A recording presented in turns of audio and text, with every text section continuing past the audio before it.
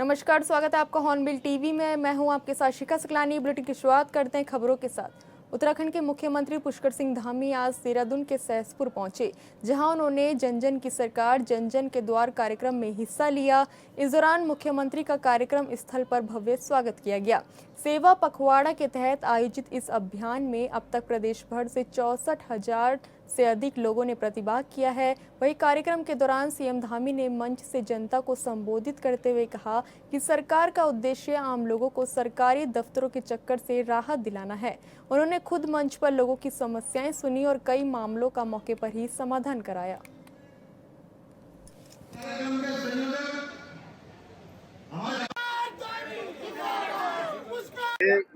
4 जुलाई से सेवा पखवाड़ा पूरे राज्य के अंदर इसके माध्यम से शिविर लगाए जा रहे हैं और पूरे प्रदेश के अंदर ऐसे शिविरों का आयोजन किया जा रहा है। जैसा आज गुरु राम राय इंटर कॉलेज में यहाँ पर जन जन की सरकार जन जन के द्वार विभिन्न विभागों के आज यहाँ काउंटर लगे हैं और आज यहाँ पर 1000 के लगभग सीधे लोगों ने इंटरेक्ट किया है। यहाँ विभिन्न अधिकारियों से, विभिन्न कार्मिकों से और अपनी समस्याओं को लेकर, अपने योजनाओं को लेकर, प्रमाण पत्रों को लेकर उनका समाधान भी यहाँ पर थोड़ी गति से हुआ है और अभी शिविर चल रहा है पूरे दिन भर।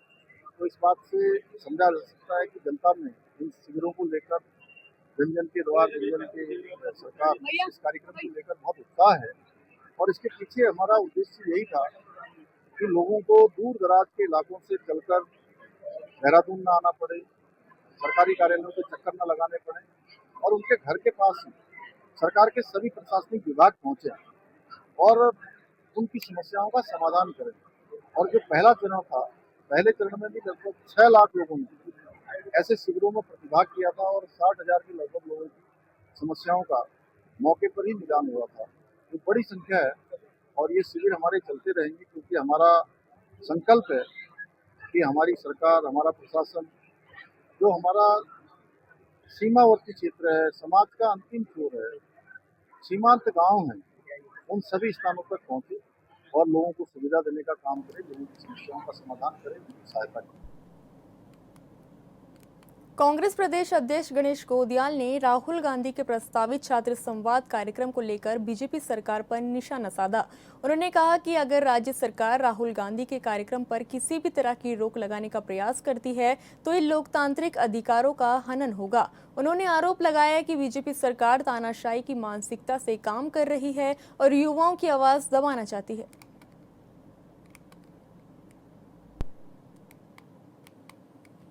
सब लोग आए, उनके विचार निश्चित रूप में सुनने आने वाले लोगों के लिए लाभकारी हैं और इसको अगर राज्य की सरकार बैन करवा रही है तो ये भारतीय जनता पार्टी की तानाशाही का जीता जागता प्रमाण है। भारतीय जनता पार्टी की सरकारें इसी तानाशाही के चलते सत्ता में बनी रहना चाहती हैं और ये प्रदेश की जनता के अधिकारों को भी चुनौती है, ये अधिकार के लिए चुनौती है। तब यशपाल आर्य जी कांग्रेस के नेता के साथ साथ इस प्रदेश के सम्मानित नागरिक भी हैं, तो एक नागरिक अधिकारों का भी इस प्रकार से तानाशाही से अगर हनन किया जाए तो ये चुनौती है पूरे नागरिक अधिकारों को। और अगर ऐसा हुआ है तो ये बिल्कुल अच्छी बात नहीं और ये स्वीकार। ऋषिकेश मार्ग पर सड़क चौड़ीकरण के दौरान बड़ी संख्या में पेड़ों की कटाई को लेकर कांग्रेस विधायक प्रीतम सिंह ने सरकार पर सवाल उठाए।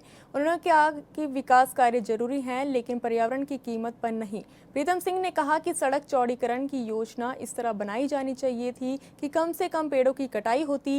उन्होंने कहा कि लगातार विकास परियोजनाओं के नाम पर पेड़ों की बलि चढ़ाई जा रही है, जिसका असर केवल उत्तराखंड ही नहीं बल्कि पूरे देश के पर्यावरण पर पड़ेगा।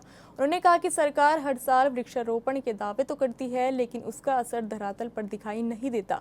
प्रीतम सिंह ने कहा कि सरकार को ऐसी कार्य योजना बनानी चाहिए जिससे विकास कार्य भी होते रहें और पर्यावरण को न्यूनतम नुकसान पहुंचे।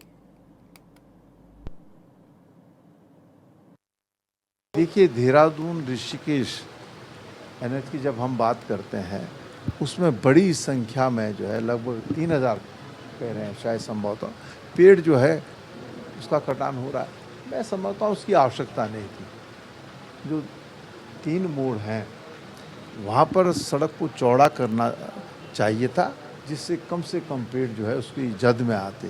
लेकिन आज जिस तरीके से हर चीज़ के निर्माण के लिए पेड़ों की बलि चढ़ रही है, उससे उत्तराखंड का नहीं बल्कि देश का पर्यावरण जो है खराब भी होगा, क्षति भी पहुंचेगी। हम सब का दायित्व बनता है कि हम पर्यावरण को बचाए रखने के लिए काम करें। अब कहने के लिए तो सरकार कहती है कि हम वृक्षारोपण करेंगे, लेकिन वो वृक्षारोपण कर भी देते हैं लेकिन वो दिखाई नहीं देता है। तो इसलिए सरकार को ये कोशिश करनी चाहिए कि भाई काम भी हो जाए और कम से कम जो है पर्यावरण को क्षति हो, ये लक्ष्य होना चाहिए। उत्तरकाशी के यमुनोत्री मार्ग पर स्याना चट्टी के पास भारी बारिश के चलते मलबा आने से सड़क पूरी तरह अवरुद्ध हो गई, जिससे करीब 100 श्रद्धालु बीच रास्ते में फंस गए। सूचना मिलते ही एसडीआरएफ की टीम मौके पर पहुंची। इस दौरान टीम ने वैकल्पिक मार्ग पर रोप फिक्स कर एक यात्री को सुरक्षित रास्ता पार करवाया। जवानों ने बेहद कठिन परिस्थितियों में रेस्क्यू अभियान चलाते हुए सभी श्रद्धालुओं को सकुशल सुरक्षित स्थान तक पहुँचा दिया।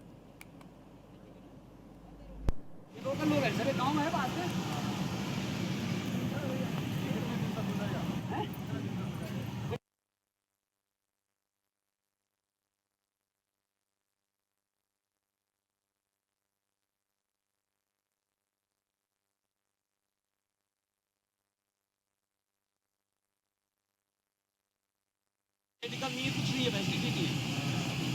आप बारिश का रुकने दो रोड बंद है, रोड है, ये लोकल लोग है, सर गाँव है पास में।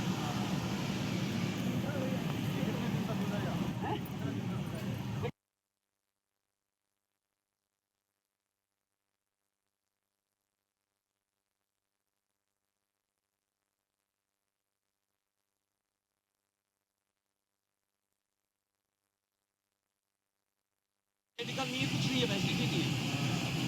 आप बारिश का रुकने दो रोड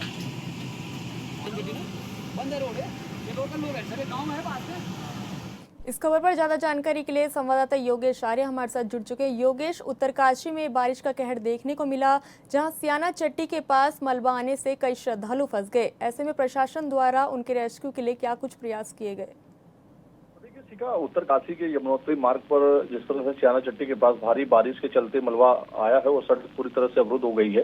करीब 100 श्रद्धालु बीच रास्ते में फंस गए। सूचना मिलने के बाद जो है एनडीआरएफ की बड़कौट और जानकी चट्टी पोस्ट की टीमें जो है मौके पर पहुंची और उन्होंने सड़क बंद होने के कारण वैकल्पिक जो मार्ग था उस रोप फिक्स कर यात्री को सुरक्षित पार कराया। जवानों ने बेहद कठिन परिस्थितियों में रेस्क्यू अभियान चलाते हुए सभी जो श्रद्धालु थे उनको सकुशल सुरक्षित स्थान तक पहुंचाया है। और इसके साथ साथ एसडीआरएफ ने जिस तरह से कहा कि मानसून के दौरान प्रदेश भर में उनकी टीमें जो है पूरी तरह से अलर्ट है, किसी भी आपदा से स्थिति निपटने के लिए राहत बचाव कार्य लगातार किया जा रहा है।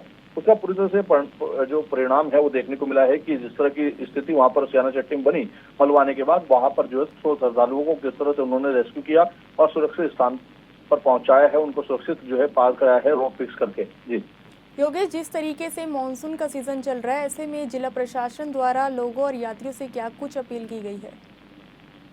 देखिए बिल्कुल, क्योंकि अनावश्यक यात्रा से बचने की अपील की जा रही है, लेकिन चारधाम पर जो आने वाले यात्री हैं और यात्रा कर रहे हैं उनकी सुरक्षा को देखते हुए एनडीआरएफ की बात हो, एसडीआरएफ की बात हो, तमाम टीमें जो है वो एक्टिवेट की गई है। प्रशासन लेवल पर जो है तमाम मॉनिटरिंग जो है वो की जा रही है। राज्य आपदा परिचालन केंद्र से एक अपडेट जो है वो ली जा रही है और जिस तरह की स्थिति बनती है उस स्थिति से निपटने के लिए हाल ही में जिस तरह से मॉकड्रिल हुई थी उसी के आधार पर जो है कम समय में जल्द से जल्द काम हो सके उस पर जो है प्रशासन काम करता नजर आ रहा है और इसका परिणाम भी जो है देखने को मिल रहा है। जी योगेश, हमारे साथ जुड़ने और तमाम जानकारी साझा करने के लिए धन्यवाद। मटकोटा मार्ग पर बड़ा सड़क हादसा उस समय टल गया जब 3 इलेक्ट्रिक स्कूटी सवार युवतियों को बचाने के प्रयास में कांच का सामान लेकर जा रहे पिकअप अनियंत्रित होकर नदी में उतर गई। हादसे में पिकअप चालक घायल हो गया जबकि स्कूटी सवार युवतियां सुरक्षित है। घटना के बाद कुछ समय के लिए मौके पर लोगों की भारी भीड़ जुटी रही। पुलिस मामले की जानकारी जुटाने और हादसे के कारणों की जाँच में जुटी है।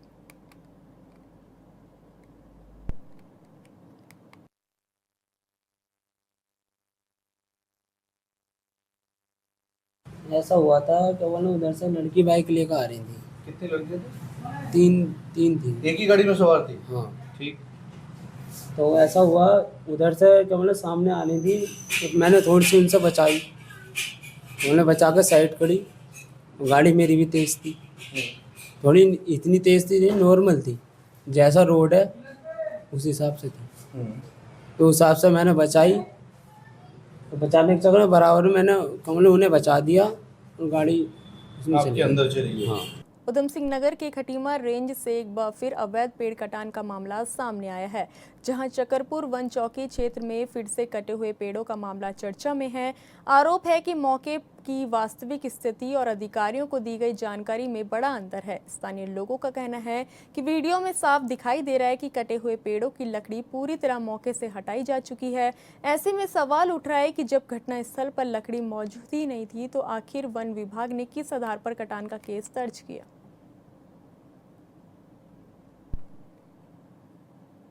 हमें सूचना प्राप्त हुई थी कि हमारी चकरपुर गेट में 2 सूखे गिरे हुए उखड़े हुए सागवान के 2 पेड़ों का पालन किया गया है वहाँ पर, और उसके संबंध में हमारे वहाँ रेंज केस दर्ज किया गया है, जिसकी जांच अभी गतिमान है।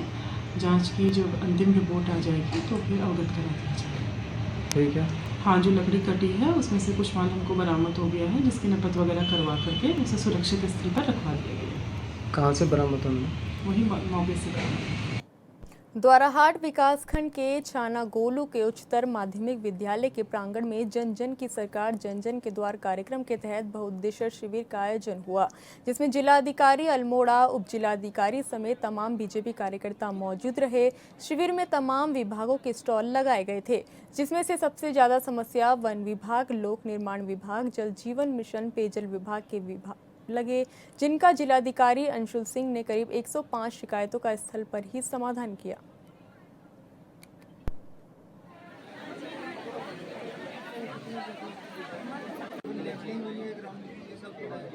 देखिए, लगभग हमारे पास 100 के आसपास समस्या आई। ज़्यादातर हमारी पानी से रिलेटेड थी, कुछ शिक्षा से रिलेटेड थी, कुछ हमारी यूपीसीएल और फॉरेस्ट से रिलेटेड थी। मैक्सिमम समस्याओं के लिए हमने जो यहाँ इस स्तर से हो सकती थी, कैंप के स्तर से हो सकती थी, जैसे किसी का हमारा पेंशन लगनी थी, किसी का किसान सम्मान निधि सॉर्ट आउट होना था, किसी का समाज कल्याण से कोई स्कीम में लाभान्वित होना था, तो वो हमने यहाँ करा दिया।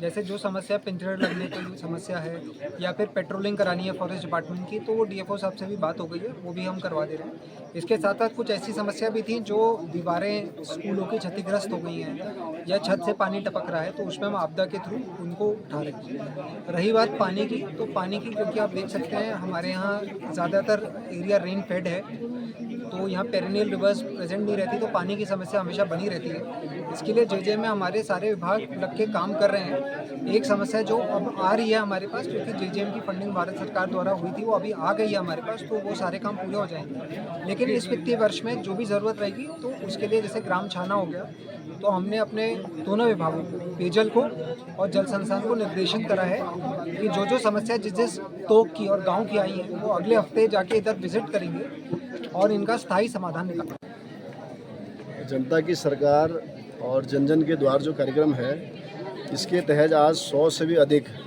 जो समस्याएं आई थी, उनका समाधान मैं समझता हूं कि 70% जो जिले लेवल की समस्याएं थी उनका समाधान हुआ है। और जहां तक कि आपने एक प्रश्न पूछा था, ये जो बगवाली पोखर से द्वाराहाट को जोड़ने वाली जो मोटर मार्ग है, तो उसमें माननीय हमारे जिलाधिकारी जो है उन्होंने एनपीसीसी के अधिकारियों से वार्ता की है और उनको निर्देश दिए हैं कि तुरंत जो भी इसको गड्ढे हो रहे हैं उनको गड्ढा मुक्त किया जाए।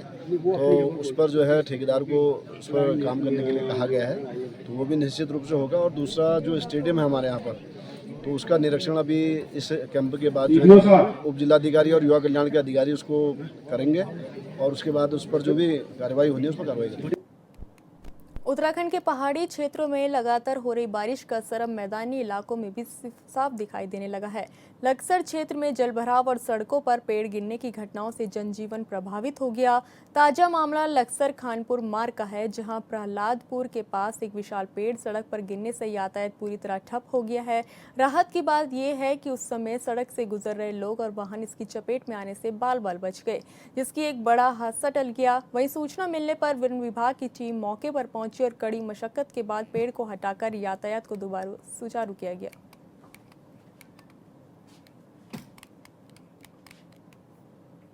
उत्तराखंड में लगातार हो रही बारिश अब लोगों की मुश्किलें बढ़ाती जा रही है। लक्सर क्षेत्र में जलभराव और जर्जर सड़कों के कारण हादसों का खतरा लगातार बढ़ रहा है। इस बीच लक्सर के दुर्गापुर गांव से एक बड़ी खबर सामने आई, जहां स्कूली बच्चों से भरी एक बस सड़क से फिसलकर गहरे गड्ढे में जा धंसी। गनीमत ये रही कि समय रहते स्थानीय लोगों की सतर्कता से बड़ा हादसा टल गया। फिलहाल सभी बच्चे सुरक्षित हैं, लेकिन ये घटना प्रशासन के लिए भी चेतावनी है कि बारिश के मौसम में स्कूल वाहनों की आवाजाही वाले मार्गों की सुरक्षा सुनिश्चित की जाए, ताकि भविष्य में इस तरह के हादसों से बचा जा सके।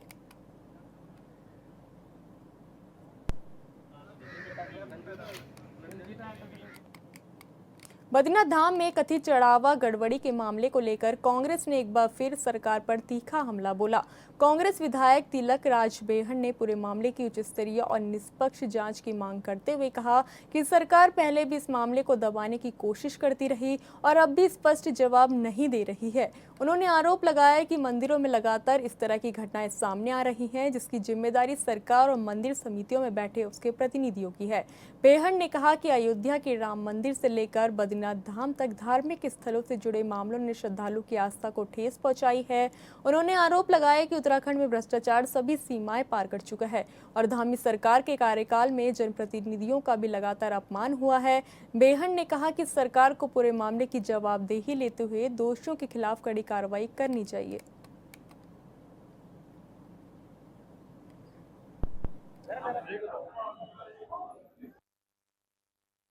क्या एक्शन ले रहे? बद्रीनाथ पे तो पहले भी मामला उठ चुका है, तब भी सरकार कुछ नहीं बोली। लगातार चोरी हो रही है मंदिरों में, कौन जिम्मेदार है? सरकार के ही तो लोग वहाँ पर बैठे हैं, कोई और बैठा है? तो जो लोग बैठे हैं वो सब जिम्मेदार हैं। सरकार के प्रतिनिधि वहाँ पर बैठे हुए हैं, कौन जिम्मेदार है? सरकार ही तो जिम्मेदार है, और सरकार को तो बने रहने का अधिकार ही नहीं है। राम वहाँ मंदिर में चोरी, अयोध्या में यहाँ चोरी, जहाँ देखो वहाँ चोरी। कहाँ चोरी नहीं हो रही? कोई विभाग उठाकर देख लो, खाद्य विभाग उठाकर देख लो चोरी, कोई विभाग उठाकर देख लो चोरी। कहाँ भ्रष्टाचार के नाम पर चोरी नहीं है? भ्रष्टाचार की सारी सीमाएं अगर उत्तराखंड के अंदर लागी गई हैं तो इस सरकार के द्वारा लागी गई है। और जनप्रतिनिधियों का भी अगर सबसे ज़्यादा कहीं अपमान हुआ है राज्य बनने के बाद, उत्तर प्रदेश में भी नहीं होता था जितना जनप्रतिनिधियों का अपमान इस सरकार के समय, धामी सरकार के समय विधायकों का हो रहा है। कांग्रेस के वरिष्ठ नेता हरीश रावत की पार्टी कार्यक्रमों में कथित अनदेखी को लेकर बीजेपी ने कांग्रेस पर बड़ा हमला बोला। बीजेपी प्रदेश प्रवक्ता कुंवर जपेंद्र सिंह ने कहा कि उत्तराखंड कांग्रेस का बड़ा वर्ग आज भी हरीश रावत के नेतृत्व से जुड़ा हुआ है, लेकिन कांग्रेस लगातार अपने सबसे वरिष्ठ नेता का अपमान कर रही है। उन्होंने आरोप लगाया कि उत्तराखंड में भी हरीश रावत की लगातार अनदेखी से कांग्रेस कार्यकर्ताओं की भावनाएं आहत हो रही हैं।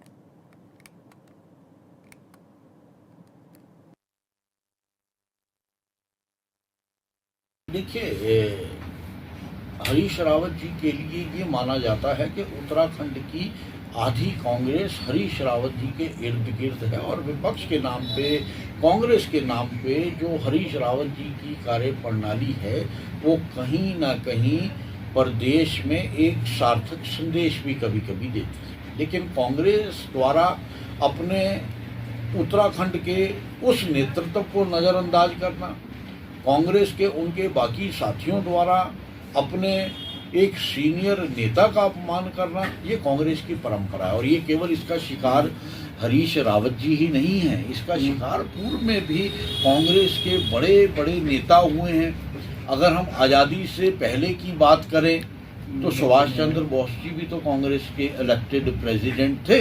उन्हें किस तरह से अपमानित किया गया, उन्हें किस तरह से देश निकाला दिया गया। तो ये एओ ह्यूम की कांग्रेस है, ये देश को नुकसान पहुंचाने वाले और अलगाववादियों का साथ देने वाली, भ्रष्टाचार की जननी विचारधारा वाली कांग्रेस है। खबर बड़कोट से है, जहां यमुनोत्री धाम को जोड़ने वाले राष्ट्रीय राजमार्ग 134 पर सियाना चट्टी के पास लगातार हो रहे भूस्खलन से आवाजाही बाधित हो रही है।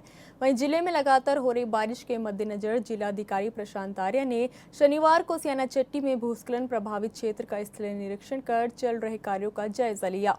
निरीक्षण के दौरान जिलाधिकारी ने संबंधित विभागों के अधिकारियों को स्पष्ट निर्देश दिए कि राष्ट्रीय राजमार्ग पर यातायात जल्द बहाल करने के लिए वैकल्पिक मार्ग का निर्माण युद्ध स्तर पर किया जाए और सभी आवश्यक संसाधन तत्काल मौके पर उपलब्ध कराए जाए। जिलाधिकारी ने अधिशासी अभियंता NH बडकोट को सियानाचट्टी में यमुना नदी पर निर्माणाधीन ब्रिज का एक कार्य 1 सप्ताह में पूरा करने के सख्त निर्देश दिए।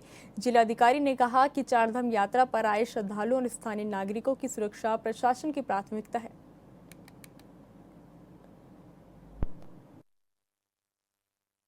आज सियानाचट्टी में विजिट करी गई और जो सियानाचट्टी हमारा जहाँ खड़े हैं इससे 500 मीटर दूर जो स्लाइड हुआ था परसों शाम को, उसकी वजह से लगभग 400 मीटर एरिया हमारा रोड अफेक्ट हुआ है, 50 मीटर वॉश आउट हुआ है और बाकी अफेक्ट हुआ है काफ़ी, क्योंकि वाटरशेड एरिया होने की वजह से काफ़ी नमी वाले हैं।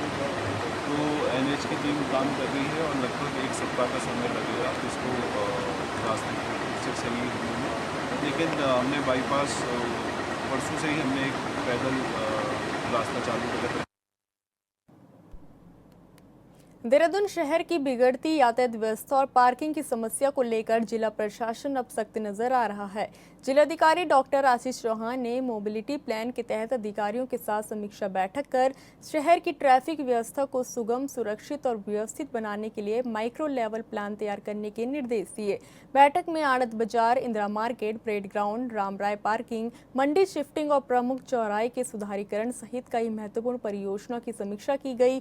डीएम ने इंदिरा मार्केट में निर्माणाधीन मल्टी लेवल पार्किंग की भी धीमी प्रगति पर नाराजगी जताते हुए MDDA को निर्माण कार्य में तेजी लाने के निर्देश दिए। साथ ही पार्किंग स्थलों की नियमित मॉनिटरिंग, ट्रैफिक जाम करने, प्रदूषण नियंत्रण और सार्वजनिक सुविधाओं को बेहतर बनाने के लिए सभी विभागों को समन्वय के साथ समयबद्ध तरीके से कार्य पर भी जोर दिया गया।